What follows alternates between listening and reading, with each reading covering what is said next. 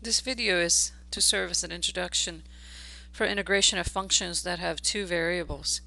Um, so think of a function f, for example, that it depends possibly on two variables, x and y.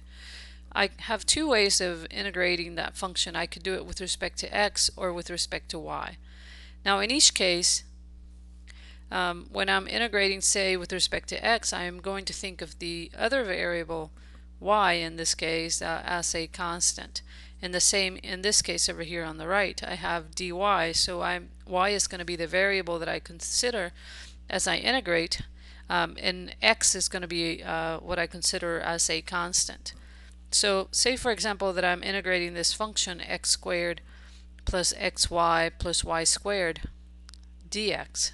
That means with respect to x. Then I'm going to go term by term. As usual, the first term is an x function, and since I am doing dx, then I am going to integrate this x function as I normally would. In this case, using the power rule, I'm going to get x cubed over 3. The next term here depends both on x and y. So I'm going to think of y as a constant, as a number, and when I integrate x, in this case I get x squared over 2 times y. Finally, in the last term here, there's no x that appears, so this is just a constant term. And when I integrate a constant, I'm going to get that constant times x, or that constant times the variable.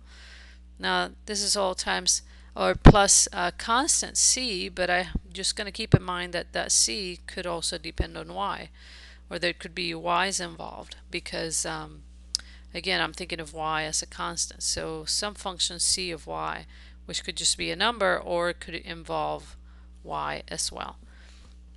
Now if you see the same function, if I integrate it with respect to y, I'm going to have a very different integral that appears. So when I integrate x squared, I'm going to have this a constant. So when I integrate a constant, I get the constant times the variable, or x squared times y in this case. Then I get here plus x times y squared over 2. I'm integrating again, thinking of y as my variable. And then finally y cubed over 3.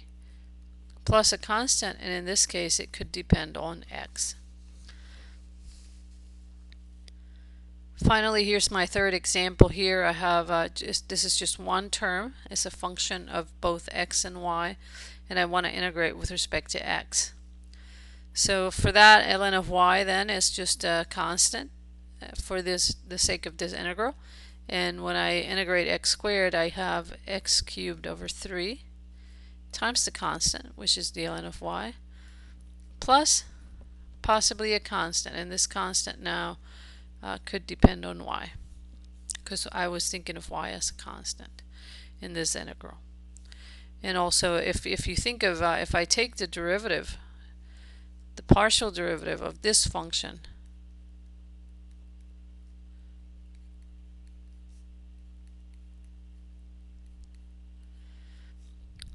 with respect to x, I should get the function inside the integral, and you can see that I do. I get 3x squared over 3, or x squared ln of y, plus, now c of y, a function of constants and y, if I take a derivative with respect to x, I get 0. And so sure enough, I get exactly what's in the integral. And you can always do that to verify that you've done your integral correctly.